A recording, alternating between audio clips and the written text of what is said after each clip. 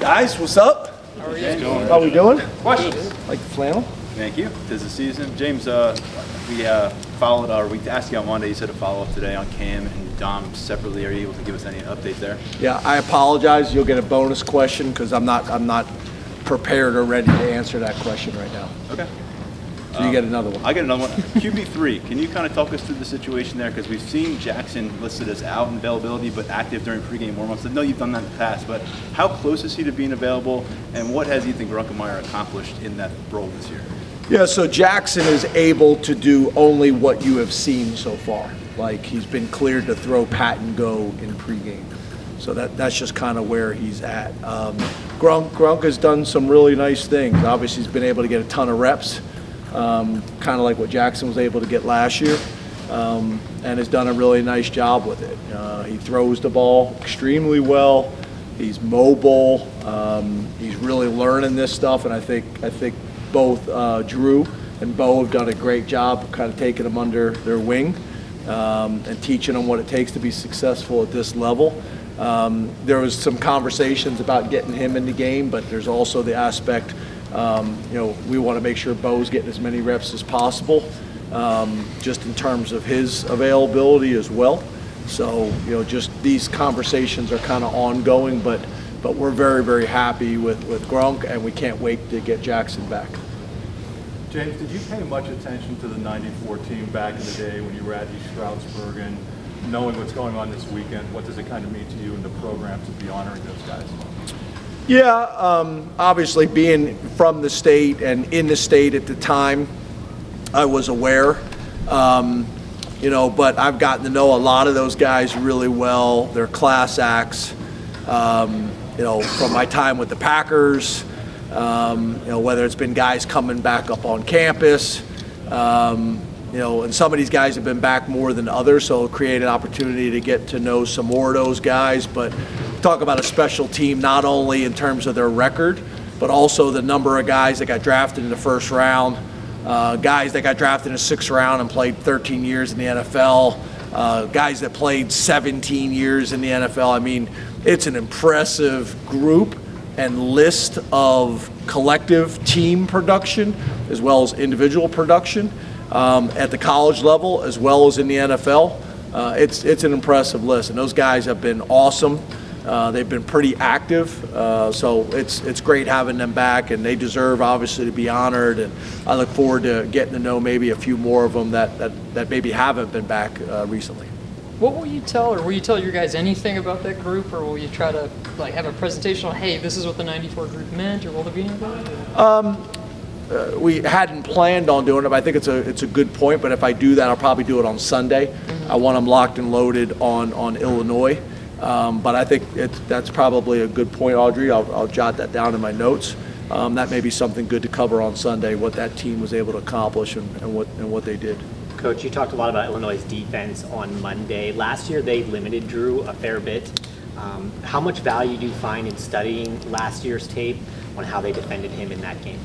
Yeah, I think there's some value in that. Obviously, they have new coaches. We have new coaches. You have different personnel, which in some ways allows you to do different things or more things. To play to the strengths of your current team and also to hide some of your deficiencies or areas that you're working on. So it's a piece, but I wouldn't say it's a significant piece, especially at this point. I think for them it's game 5, for us it's game 4. There's enough for us to look at based on this year rather than last year. You mentioned guys that don't create a lot of stats on Monday. Speaking of some of those guys, how is Venga playing this year in your assessment of his performance so far? Yeah, Venga has been, really kind of the model since he showed up on campus. He is big, he is strong, he is physical, he is football smart, he is classroom smart, was raised extremely well, very coachable, is a guy that's able to play both guard positions and center. It's unusual to have a guy that you think could play center at 350 pounds. He carries 350 pounds better than I've ever seen anybody carry 350 pounds. And I think he's got, is having a really good year, and I think he's got a really bright future. So we're big fans of his. He's playing really well. Obviously, you guys may not get the stats, but we grade all the tape. So for us, we have a ton of stuff to talk about with him, with how he's playing, with areas that he needs to get better. So the stats that we look at, he's got a ton of that, information for us to use in terms of his development. James, with this being your third time facing Brett Bielema with Illinois, is there any thing that you come to expect playing against Illinois now? No, I just think you got a really good idea of kind of who he is, how he operates, the type of teams he's going to have, and really that's been his time at Wisconsin, that's been his time at Arkansas, that's been now his time at Illinois. You look at the coaches that he's worked for, his tree, and then we also have Rob Smith, who's on our staff, who was with him at Arkansas. So we got a really good understanding of who Brett is, all the way back to his playing days and who he played for. A very similar tree in terms of how they want to manage the game, how they want to play at the line of scrimmage, how they want to run the ball, how they want to dominate the clock, turnovers. Essentially he's going to play a style where they're not going to beat themselves. The first thing you have to do as a coach is teach your team how to not lose games before they can learn how to win games. And Brett and that tree that he comes from, I think they do a really good job of that. And then obviously once you got that figured out, then now the next step is finding out how to win games. And you look at them, he's done a really good job of winning those close games, those one-possession games. And then obviously they're coming in here with a ton of confidence after going on the road to Nebraska, similar place, similar environment in a lot of ways. Team that was, getting a lot of national attention, Nebraska, and Illinois goes in there and finds a way to get a win. So they're going to come in here confident, not only as a team, but also how to handle the environment. James, notion of confidence with the team last year from returning defenders, knowing that they forced 4 interceptions, 5 takeaways. Is that instill any confidence in the team going into this game, knowing what they did last year, especially on the defensive side? No, like I had mentioned earlier, we're at a point in the season last year really doesn't factor in. James, if Dom were not available on Saturday, among that linebacker group, you got a longer look. We did too last Saturday. Do you feel like anyone's particularly prepared to step up if he were not available? Yeah, those guys are coming on. Dakari continues to get better. We'll plan on using Specca this week. If we're in that situation, he would get green lighted for this game, not necessarily for the season at this point, but he was the guy that was able to play a little bit last week, and we're preparing him this week to be ready to go as well. Tamir is continuing to do some really good things. So yeah, we think we're in a better position, but obviously we'd love to have all of our guys out ready to go and healthy and having a chance to be productive. James, in the staff directory, you guys are up to 15 analysts now. Beyond the role change that has allowed them to coach on the field this year, what has it meant to be able to build up that staff behind the scenes, and what does that do for you during the week? Yeah, I think it's important. Obviously, it's very similar to what most people across the country have done. What I think the new addition that you guys are talking about, that you guys are aware of, sometimes those things maybe are not part of the plan, but somebody becomes available, and you spend a ton of time kind of talking to them and doing research and make sure it's a good fit for both parties.